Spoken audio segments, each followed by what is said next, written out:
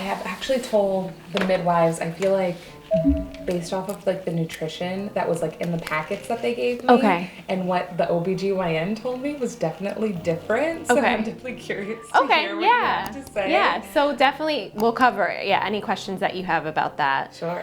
Basically, the reason we started this whole part of prenatal care is new. We only started this within this past year. But Lisa, the owner, has been seeing a lot more gestational diabetes and preeclampsia in the practice. Sure. So she's like, let's just include it in the prenatal care. The two biggest lifestyle factors that reduce your risk for gestational diabetes and preeclampsia are exercise, moving your body, and then getting plenty of fruits and vegetables. Sure. So if you can keep up those two things, it really does help reduce your risk for having any complications. And healthy weight gain also, which kind of goes hand in hand with both of those things. Sure. Because it's, if you're adding in a lot of fruits and vegetables, they're really low in calories, but they're high in nutrients.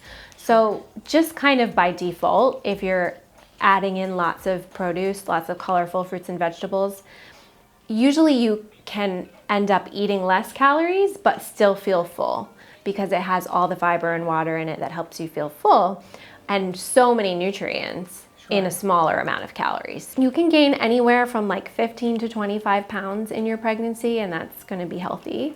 Sure. I think I've already gained about 10. Okay. So, yeah. Yeah, well, you're halfway through, so almost halfway. So okay, that's good. I was wondering even before, like, I wonder like how much weight I should or shouldn't gain by this point. In general, most women will gain 3 to 4 pounds in the first trimester, and then in the second and third, they'll gain 3 to 4 pounds every month, kind of going forward. And a lot of that weight is blood, it's the amniotic fluid, it's the baby, the placenta. There is so much extra fluid and going on, and much extra just tissue that's growing in your body. Your boobs are gonna get bigger. Oh yeah, that's what I felt. I was like, I feel like maybe the 10 pounds are all in here right now. Yeah, we just dive into nutrition and make sure you're taking all the right supplements, which it already looks like you are. Sure, nice. I got your form ahead of time, so it looks like you're doing really well. Nice. But yeah, I mean, you can tell me a little bit how the pregnancy's been going. I know you said you haven't been having nausea, but have you had like any food aversions or anything that's like been hard? Pretty good, yeah. No nausea, no morning sickness. I'm tired. Like I take like 2 naps a day these days. Yeah. But for the most part, and there are some days where I don't need to take multiple naps. Yeah.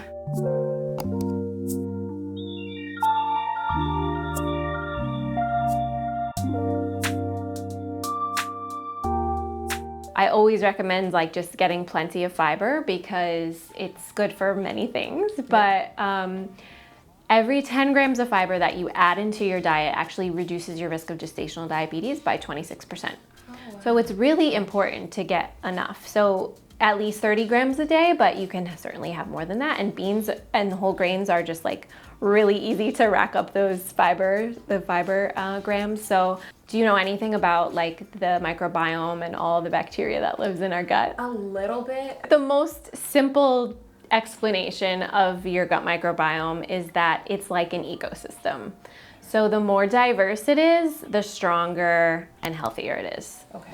So it's like a rainforest. If you have a really diverse rainforest, it's less likely that like a pathogen's gonna come in and wipe it out. It might wipe one type of tree out, but it's not gonna wipe out like the entire rainforest if it's very diverse and there's all kinds of plants and things growing. So it's the same in our gut. The more diverse it is, the healthier it is. Okay. And the way that we feed our gut microbiome is through fiber. So when we eat fiber, like we don't actually digest it, but the microbes in our gut actually start to ferment and break down that fiber.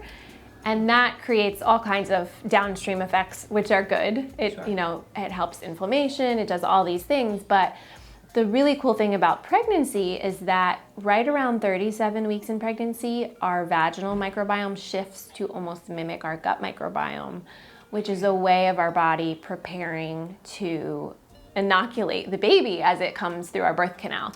So we're basically giving our baby all those good microbes that are in our bodies through birth. Nice. So Yeah, I didn't know that. That's one thing I always recommend in pregnancy is just eating a really large diversity of different kinds of plant foods. Okay. There's fiber in all kinds of plants, so fruits, vegetables, nuts and seeds, avocado you mentioned, whole grains, legumes, mushrooms, all of those things have different types of fiber. So when we eat a variety of different types of plant foods, it's nourishing our gut microbiome. It's making it more diverse and stronger and healthier, which we're gonna pass on to baby. Sure. So it's really cool. Nice.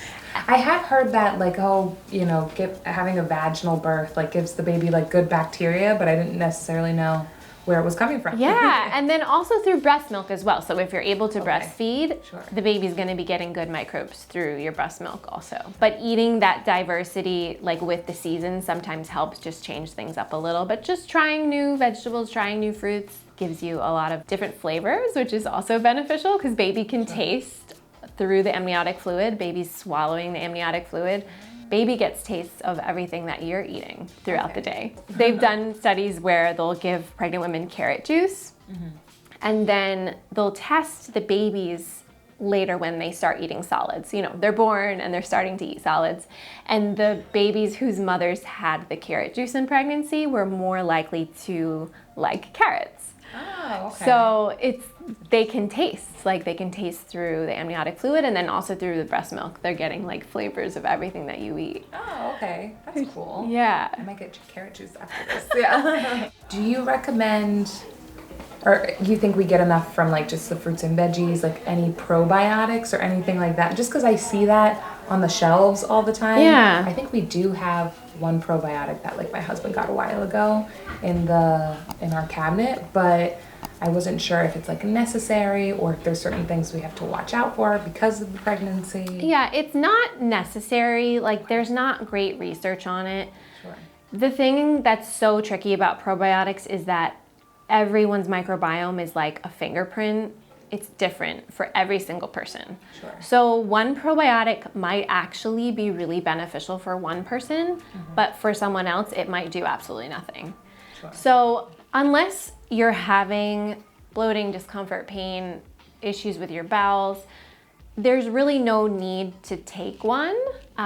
If you don't feel like you need it in any way, most likely not gonna harm you, but they are expensive. So it's like if you're taking it and you don't know it's doing anything, if you don't have any tangible results, like, you know, it's helping with your bloating or, you know, whatever it would be, hypothetically, then it's most likely not worth the money. Like I said before, eating the diversity of plant foods is the best thing that you can do for your gut health. I guess since we're on supplements, we'll touch on that. But I know you said you're taking prenatal and D, which is perfect. And you're also taking a DHA supplement, which is also just great. And then a couple other things, choline and then the magnesium you're taking also. Yes, I've been taking that for a long time, like always at night. I think it helped with my sleep. Yeah. And, it says that it's like high absorption, so maybe it's helping me like absorb the other stuff better. Yes, sometimes that can help women with their bowels too, just be more regular with their. Sure. I don't, you know, some women have issues with that earlier on, but it seems like, I think you wrote that you're having pretty regular bowel movements. I did notice in the beginning of the pregnancy, constipation was definitely a thing. Okay. And it was uncomfortable. But as soon as I switched my prenatal from something else, I think it was something with Garden of Life, to this new one. Okay. And I was pretty much doing everything else the same. I haven't had constipation issues, so I don't know if that is the reason why. I just noticed that's the only thing I changed. Okay. The recommendation for DHA in pregnancy is anywhere from 200 to 600 milligrams a day. Okay. So you can look at it when you get home and kind of just see, and most likely with those combination of the two supplements, you're probably going to be in that range. Okay. But it's really good. It's really important for the baby's brain development and also for the retina in their eye. Okay. It also reduces risk of having a underweight baby or a preterm labor. Sure. So definitely good to keep taking your DHA throughout the whole pregnancy and also continue that into breastfeeding if you are able to breastfeed. Oh, okay. In the second and third trimesters, you do need a little bit of extra calories and protein, but it's nothing crazy, and I never tell women to like count calories or anything. Sure. Most women will typically just be a little bit hungrier, maybe have a couple extra snacks. In the second trimester, it's like an extra 340 calories. And then in the third trimester, it's like an extra 450 calories. Okay. It's not a ton, sure, but most likely you'll feel a little bit hungrier, especially as you go into that third trimester. And typically, if women are eating mostly whole foods, not a lot of refined, highly processed foods, they're going to be getting plenty of nutrients and protein just out of, it just happens naturally, basically, because you're eating high quality food, which it sounds like you are. So yeah, it's like about an extra 25 extra grams of protein for the second and third trimesters. What were some of the inconsistencies between like the different paperwork that you got from like the OB and then the midwives? The doctor, what she said as far as food, especially because my husband, he's also very health conscious, so he was like, oh, like what should she be eating? Okay. And the doctor pretty much said like carb up, like eat as much like pasta and rice and a bunch of things.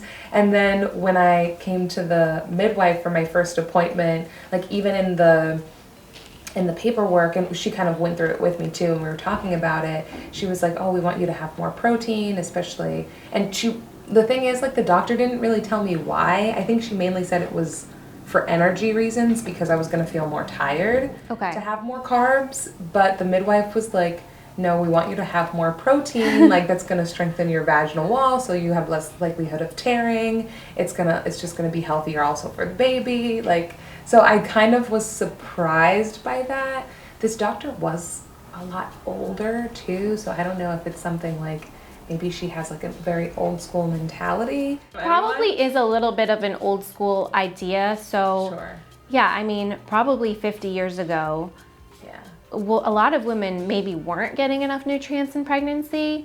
But now we have the opposite problem where women are overeating. They're not getting enough the nutrients, but they're getting too many calories because of the food environment that we live in, where there's just a lot of refined processed foods that just are devoid of a lot of the nutrients that we need. Sure. So back then there was a big push for just eating, because maybe women were maybe not eating enough. But now we don't really have that problem anymore for most women. There's like this diet, it's called Dr. Brewer's diet or something like that. And it was created a long time ago. But it's that whole idea of like just eat, and like pushing all of these foods. And I've had women come in and say, like, I've been following this diet and I physically can't eat this much food. And I'm like, don't eat. If your body is telling you to stop, don't keep eating. Sure. Like you do have to listen to your body. Now that you mentioned that was another thing that she said was like, don't go 2 hours without eating. And I was like, I feel like I'd be eating all the time, especially like when I do eat, I usually have like a pretty well-rounded meal. It's not just like, I'm not a big snacker, so when she said that, I was like, to be eating every 2 hours, like, that just seemed like a lot to me. Yeah. And I know she was like, not all of them have to be big meals kind of a deal, but I feel like, especially because I was keeping everything down, I wasn't nauseous or having any morning sickness, that like whatever food I'm eating, it's there, it's in there. Yeah, if you're having a good sized meal and you're not hungry in between, there's no need to have to eat. Most likely in that third trimester, you will probably be a little extra hungry. Sure. And it does sometimes get harder to eat large meals in that third trimester because your belly grows and everything's kind of like crammed and smushed. Sure. So sometimes women will find as they go into that third trimester, eating smaller meals helps because they can't eat a huge meal anymore. Your caloric needs do go up a little, which can be coming from anything. It can come from carbohydrates or fat or protein. Sure. But we do know that your protein needs do go up in the second and third trimesters. Sure. So we do want to just make sure that women are getting plenty of protein, because it is important. But carbohydrates are also good, but the type of carbohydrate is very important. So the more complex it is, basically how it grows out of the ground is the best way to eat the carbohydrate, because it has the fiber attached to it. And the fiber is really what slows down the digestion, helps your glucose levels stay in a healthy range. So like brown rice is a better option than white rice. Eating the grain more in its whole form is more beneficial. But you can certainly have whole grains. They're very healthy and beneficial for you. But the more refined and processed it is, then it starts to, it can cause bigger glucose spikes that are, not necessarily healthy. So just when you think about carbohydrates, think of them in the whole form. So like a smoothie with fruit in it is better than juice without the fiber. So that's perfect. Like if you're throwing fruit in the smoothie, you still have all that fiber is in there, which is really good and important for your glucose levels. And the type of fat also that you eat in your pregnancy affects how your body responds to insulin. So when we have too much saturated fat in our diet, which is predominantly from animal products, but then also coconut oils and palm oils, like those tropical oils are really high in saturated fat. When we have too much of that fat and not enough of the unsaturated fats, which are predominantly like plant foods, seed oils, avocado, nuts and seeds, olives, olive oil, like all those things. Oh yeah, I have a lot of olives. Yeah. Sometimes I eat olives straight out of the thing. They're I really so like good. them actually, yeah. Yeah, so that type of fat is really healthy and protective, and it's good to focus a little bit more on those types of fat and just limiting how much saturated fat you have in your diet. And then one other thing I always recommend, just because it's just kind of like an easy thing to add in. Do you know what Brazil nuts are? They're like the big ones. Yes, I've heard of them, but I don't think I've ever tried them. Okay, so I've seen them. I mean, they're usually in like a mix, like if you get the mixed nuts bag, they're usually mixed in there, but you can buy just a bag of them from like Trader Joe's or Whole Foods. I'm sure they have them, but they are a really good source of selenium. So you only need to eat 1 or 2 a day, and that already meets your RDA for selenium. Oh, wow. And selenium helps reduce risk of preeclampsia, so it's just kind of like an easy thing to add in. I actually put it in my smoothie. Oh, okay, nice. Some people, I don't mind the taste of them, but some people don't like the taste of them. They're not like strong or anything, but it's a very like polarizing nut for some reason. Yeah. I hear like so many different opinions on a Brazil nut, but just like throwing 1 or 2 in your smoothie or just eating that every day is going to get you the selenium, which helps reduce risk for preeclampsia. Nice. I'm actually going to Whole Foods right after this. Okay. So I'll get some Brazil nuts. Yeah. There's a few things It's that an easy thing to add in.